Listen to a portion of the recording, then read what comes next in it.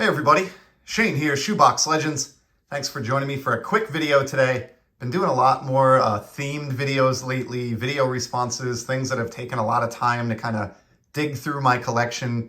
And today I just wanted to do a kind of a quick and dirty, short, simple video.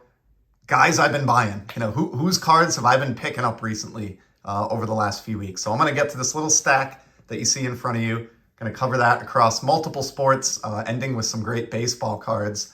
So hang out for that. And before we do, I'm trying to get a little bit better at doing some shout outs here on the platform. I do not have the biggest channel by any means, but I certainly recognize that I have more subscribers since I've been on here for almost 3 years now than some folks do.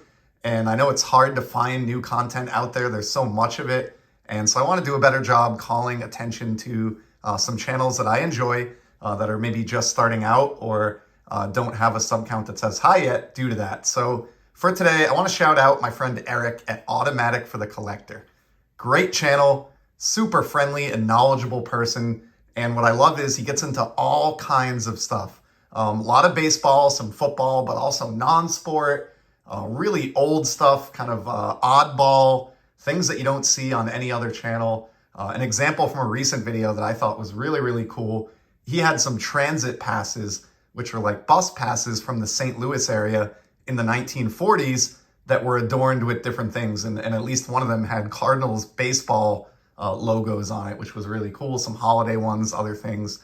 So if you enjoy that kind of stuff, Liebig cards, non-sport, pre-war, all kinds of just really cool stuff. Great perspective and a really friendly guy that I'm glad I've gotten to know a little bit. And I look forward to his content. I watch every video. And so I highly recommend heading over. There's a link below to Automatic for the Collector and give him a sub. I'm sure you'll like what you see, and I'm sure he would appreciate it. So let's get to some of the guys I've been picking up lately. With that being said, and we're going to start with two hockey players, I should say. The great one, first and foremost, Wayne Gretzky. I bought this card within the last month, even though, and I'm going to take it out of its case here for a second. Even though I already own this card, I have a copy in my 85 Topps hockey set, which is in a binder on the bookshelf over here to my left. And I also have a PSA graded copy of this, but had to grab this card, for a couple of reasons. Number one, came up in a saved search, and it just looks so sharp. I mean, this card is well centered. It looks gorgeous. The color's vibrant, the surface, the corners look good. Just looking at this with the naked eye, if you didn't see this up here, you could easily be convinced that this was, a 9.5 or a 10 even. Just a perfect copy of this card. It was dirt cheap for how good it looks and how good Wayne Gretzky is. We're talking like around the $50 to $60 price point. So I can't resist cards of the great ones. Certain cards, especially from the Oilers era to begin his career.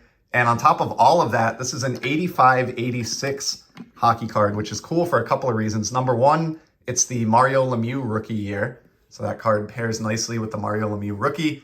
Number two, Wayne Gretzky set the record that year for points in a season that stands to this day and that many people feel will never be broken. So for that reason, that's an awesome Gretzky card. I would gladly end up with multiple copies of that like I have in my collection. I would even buy more if I saw them at the right price in that kind of shape. So Wayne Gretzky, and then jumping ahead to modern day, another player for the Oilers who I think is the best current player on skates. Always looking to pick up some more Connor McDavid. Landed this one recently, I should say, for much cheaper than the Gretzky even. This is a second year McDavid from 2016. It's a Flair Showcase throwback card. Check that out. Look at the shine. A little bit of a slow start this year for McDavid, but he's been the best player in the game for about 6 or 7 years running now. And this card is a winner. And it was under $20 shipped to my door, even in the graded PSA 9 format. So I'm in on that all day long. Love that McDavid. I got one quick soccer card here, and then we're going to go to baseball to close out the video. It's a sweet Kylian Mbappe from 2020 Finest UEFA Champions League Soccer. My favorite player on the globe. He has been for a while now, and he just continues to produce at an insane goal-scoring pace. As I'm recording this, he had a hat trick in his most recent game in League One over in France, and just continuing to dominate for Paris Saint-Germain even after the departure of Messi, and somebody who I'm just really, really excited to watch the rest of his career unfold. Always looking to grab more Mbappe cards. And I also love this because this is the same design that was used on Finest Baseball in 2020. So I love that I can have, my favorite soccer stars and my favorite baseball stars, on the same cards effectively in my collection to display and enjoy together. So Kylian Mbappe remains on my radar alongside Gretzky and McDavid. On the baseball front, there's two current players that I've been picking up quite a few cards of, just because I continue to feel like they're just a steal, talent level-wise versus their prices.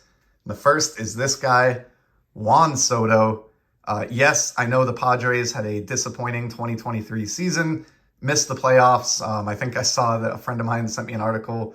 They had to take out a loan to cover their payroll for the last month of the year. So, tough time for the Padres, but individually, Juan Soto just continues to produce. When you look at his stats at the end of this year, all the numbers are there. He's already won a World Series. He's already won a batting title. He's still just getting into his mid-20s here. He's at an age where many players are only just starting their MLB career, and he's already done just so much. And I'm a huge believer in Juan Soto. Snatched up this Independence Day parallel of his 2022 Topps card. Now, this is not my favorite year of the Independence Day, but I do love this parallel, generally speaking. And I want to say I got this for under $30. So I have a nice little collection of these. They're always numbered to 76 for Independence Day. And couldn't pass up this Juan Soto at that price. A guy who I think is a surefire bet. Obviously anything can happen. He's still young, but I think he's as sure a bet as anyone to make the haul as far as, young players in the game today. And on that note, the other baseball player that I have to talk about, I feel the exact same about, only he's a little bit older than Juan Soto, and so I think he's already cemented his entry into Cooperstown. That is Mookie Betts. Always looking to snatch up more Mookie Betts cards. And I grabbed this one recently. This is a cool image variation short print of his 2019 Topps flagship card. Shows him crouching in kind of a catcher's position there pregame. So really a candid shot of Mookie. Love it. This is his final season of having Boston Red Sox cards after the trade. And so I just really, really enjoy this one. I love these image variations in general. I have quite a few Mookie Betts image variations from over the years. And the reason I chose to show this card and the Juan Soto, with all the many sets that are out nowadays in the modern baseball landscape, I have been making at least somewhat of an effort to stick to things that have the Topps flagship design for that year. Whether that's, paper, normal Topps cards like these two, or a Topps Chrome, or even Topps Gilded collection. I really do think there's something nice about the cards, being anchored to that year's Topps flagship design. So just a cool, cheap Mookie Betts there. This was not an expensive card either. Somewhere around what that Juan Soto sent me back, maybe $25, something like that. And then lastly, this one is really off the wall, but I got a really, really cool San Diego Chicken card recently from my buddy Dan at Old Sarge Collects as part of a prize package from his 100 subscriber VR contest. And that got me thinking again about San Diego Chicken cards, which are something I've collected on and off. And I got to looking and I found this one. It just came in. This is the short print card of the San Diego Chicken from 2020 Donruss Baseball. Check this thing out. Emerging from the KFC-like bucket, you got that great retro lettering here in the logo, and then just a tremendous amount of color and shine, kind of some chicken-themed coloring and design, feathery design along the borders there. This is killer. I don't know what the insertion ratio is, of these. I know it was a short print in Donruss. I'm not, I didn't buy this for monetary value or anything like that, but I'm looking to and have been expanding my San Diego Chicken collection anew, thanks to the motivation of Dan sending me that card. So that is the final athlete or guy that I've been buying, the San Diego Chicken. So more to come on that front in a future video. But for today, we're going to wrap it up. Thank you for stopping by. Please check out Automatic for the Collector And I'll be back very soon here with some more sports card content on this channel. Until then, enjoy the hobby, everybody. See ya.